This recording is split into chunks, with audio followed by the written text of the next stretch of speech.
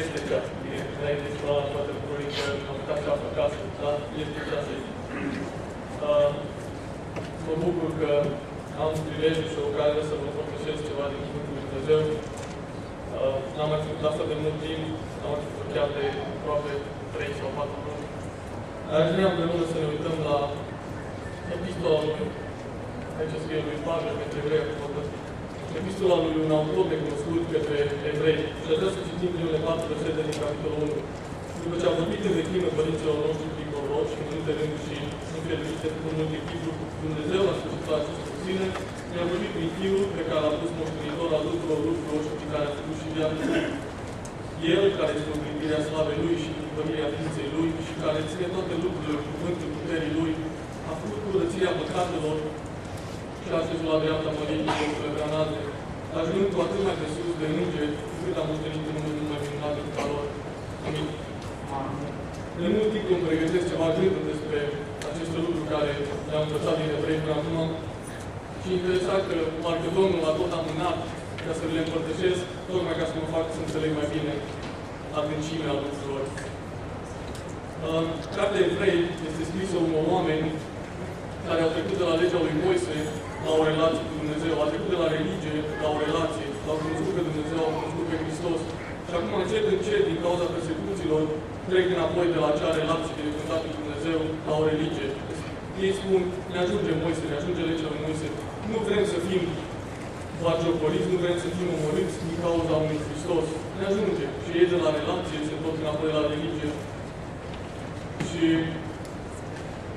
Cartea Evrei vine împachetată foarte bine. Vorbește foarte mult despre niște adevăruri mărețe, despre niște întregi mărețe care le putem să le avem în Dumnezeu și prin Hristos. Și în același timp e intercalată cu niște atenționări foarte grave. Niște atenționări care poate nu le găsim la fel de grave nicăieri altundeva în Scriptură. Și mulți au rămas blocat pe aceste atenționări. Au rămas blocat cum oameni, dacă citim în capitolul 6, oameni care au cunoscut Harul lui Dumnezeu, au cunoscut puterea Duhului Sfânt și au crezut că ei nu mai pot să fie întorși. Oameni care pot să fie înșelați de o inimă necredincioasă. Oameni care nu prețuiesc mântuirea.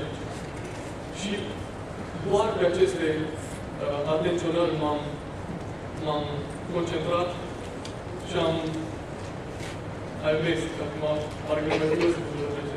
N-am văzut adevărul cărții Evrei care îl prezintă. Și adevărul putem să-l găsim prima dată în Cartea Evrei, în versetul 3. El, care este oglindirea slavei Lui și împărtășirea ființei Lui și care ține toate lucrurile cu cuvântul puterii Lui, a făcut curățirea păcatului și a așezut la dreapta Măriei locurile prea înalte. El, Hristos, este marele nostru preot. El, Hristos, este prietenul meu cel mai bun, este marele meu preot și o să fie judecător. Dar nu mi-e frică, pentru că o să ajung înaintea Lui și am încredințarea că să spună, bine, rog, bun și credincios. Și cred că dacă e ceva care putem să ne bucurăm în această viață, e de Domnul Hristos și să ne bucurăm în cunoașterea Lui. Dar vreau puțin să venim și la primele două atenționări din Cartea Evrei, ca să putem să înțelegem mai bine cum să ne îndrăgostim mai tare de El și cum să rămânem adânciți în El. Și prima atenționare o găsim în capitolul 2. Dacă cuvântul vestit din Înger s-a dovedit nezluit și dacă orice abatere și orice neascultare și-a primit o viață răspădire, cum pot scăpa noi dacă stăm nepăsători față de mântuire așa de mare, care după ce a fost vestit în tine, Domnul ne-a fost adeverit de cei ce au văzut-o? Vreau să vă întreb, cui credeți că se referă versetele acestea? Să stai nepăsător de mântuire așa de mare. Am spune la prima vedere se referă la cei care n-au primit mântuirea din lume, nu? Care nu au ascultat niciodată de Domnul Hristos. Spune, nu pot scăpa noi dacă stăm nepăsători. Poți să fii nepăsători în două feluri. Vă dau un exemplu. Îl iau pe Justin și îi dau un cadou. Cadoul, Dumnezeu ne-a dat un cadou, e mântuirea nespus de mare care avem în Hristos. Justin poate să spună, nu vreau cadoul tău. Asta înseamnă să fie nepăsător, nu? Dar poate să spună și, mulțumesc. Te duci acasă, îl deschide odată, se uită la el, îl pune pe raf și acolo a rămas. Care credeți că e mai grav? Care credeți că m-a insultat pe mine, cel care a făcut cadou mai mult?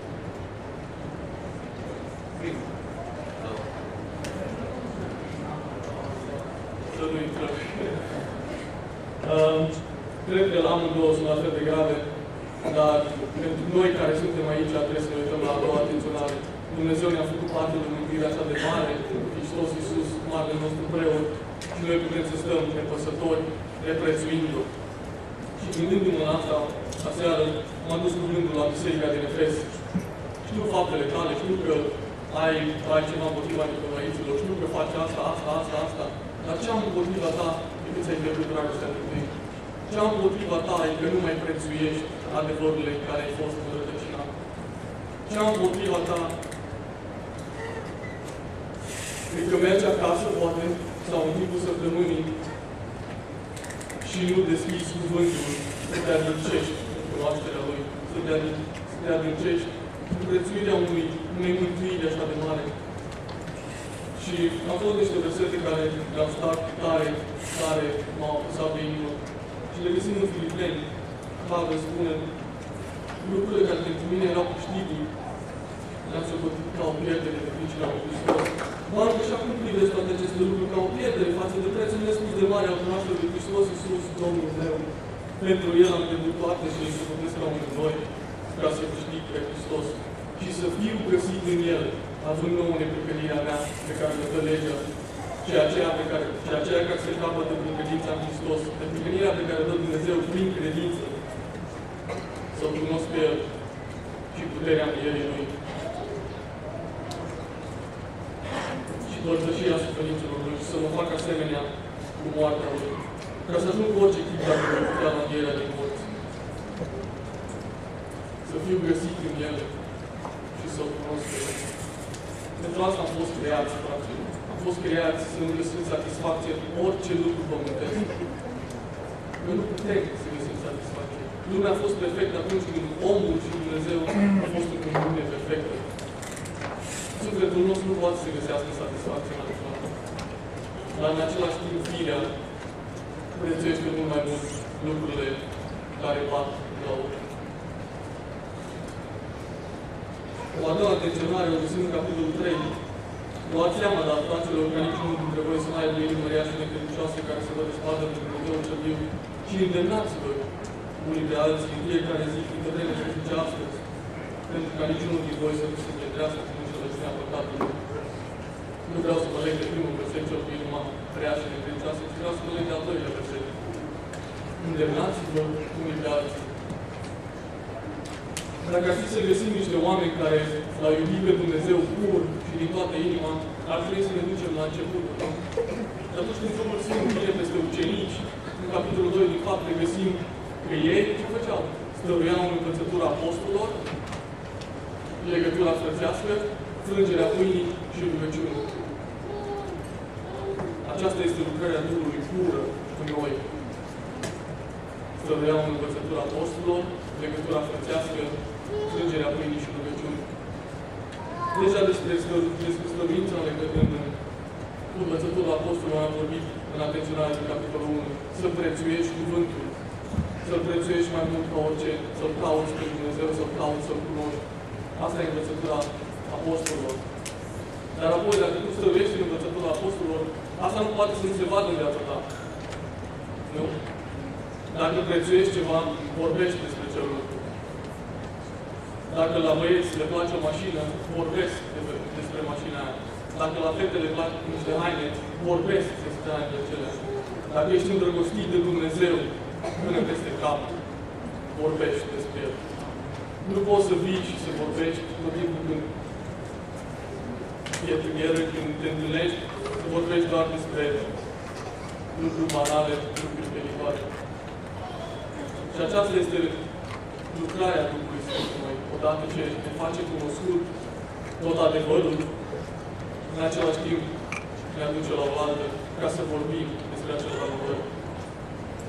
Și poate vă aduceți aminte, cei care ați fost în România pe vremea comunismului, cum vă întâlneați în ascuns ca să vorbiți despre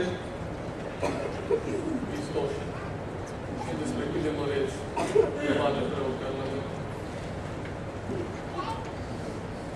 Aș vrea să facem un mic exercițiu, să nu vă speriați. E doar o chestie care să ne facă să înțelegem mai bine, după care să tragem două aplicații. Și aș vrea să mă ajute Nichi și Sebe.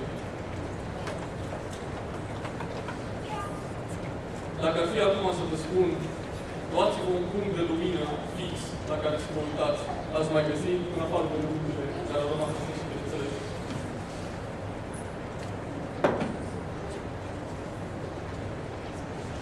Dar dacă v-aș arăta lumina aceasta, o vedeți mai bine față de dacă becurile au fost aprinse. Ideea lui, atunci când în viață ne trezim dimineața și gonim repede spre toate celelalte lumini care se par atrăgătoare, ideea e că uităm de lumina eternă. Uităm că a venit un Mântuitor ca să ne scoată din întuneric și să ne pună înapoi într-o relație cu Dumnezeu cel viu și adevărat. În același timp, dacă toți am gonit spre această lumină, o singură lumină adevărată, imaginați-vă că ar fi un cer mare aici. Adică ne-am adunat să vorbim în prezența luminii, să vorbim despre lumină. Și în același timp, pe mine mă vedeți mai bine dacă stau aici, pentru că lumina reflectă fața mea. Adică dacă ești în prezența luminii adevărate, nu poți să nu reflecti pe Dumnezeu. Puteți apune vecul.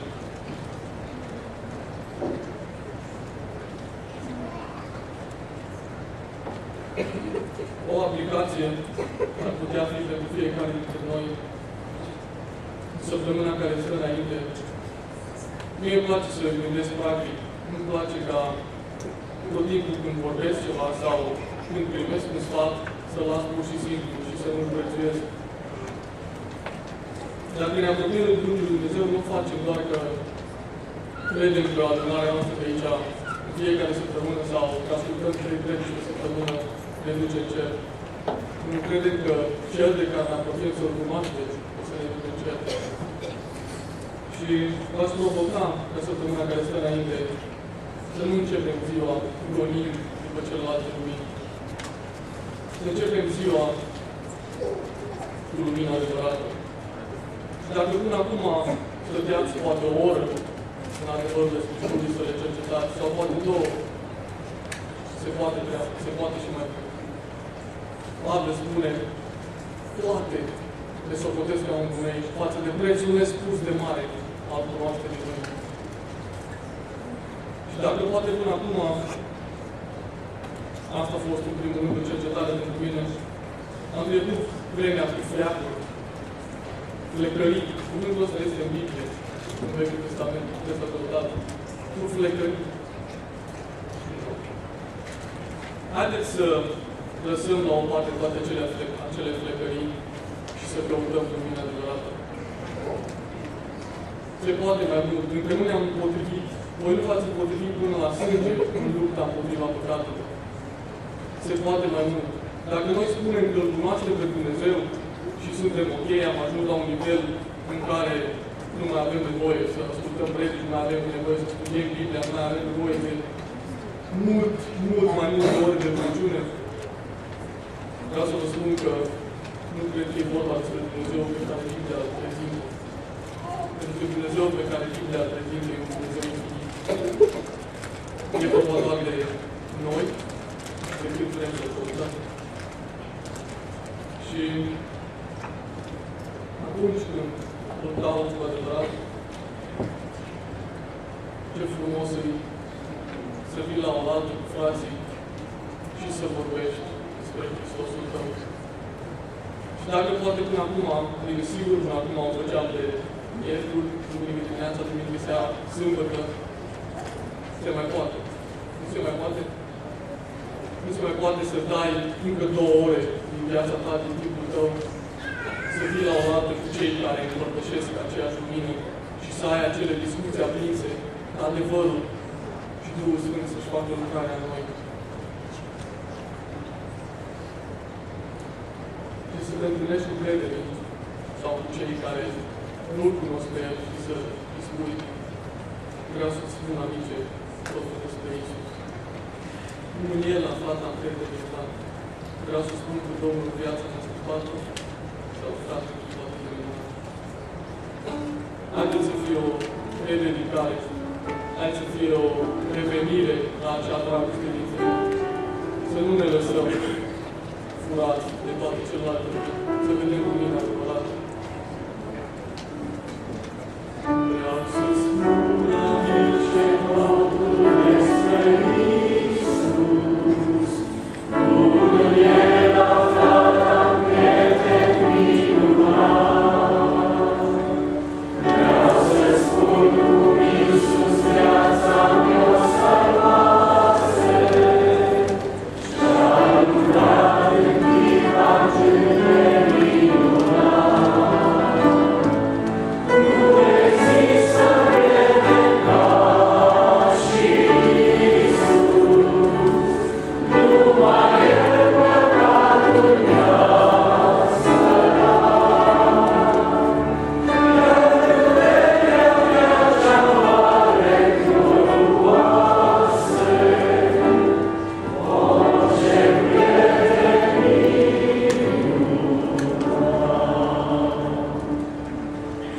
cuvinte spuse zilnic prin pusire, dar iubirea tot mai mult o înțeleg. Pentru ce s-a coborât să mă salveze, nu o știa sus în cer m-am să nu există prieten ca și Iisus, numai El păcatul mi-a spălat. Iar durerea mea cea mare glorioasă,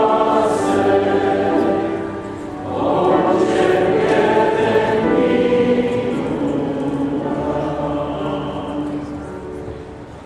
Aș vrea să ne ridicăm și dacă sunt întrebări care nu Dumnezeu ne-a cercetat, haideți să venim înaintea Lui și să-i mulțumim că avem un mare preot milos care știe ce e inima noastră și care poate să ne ierte și care merită să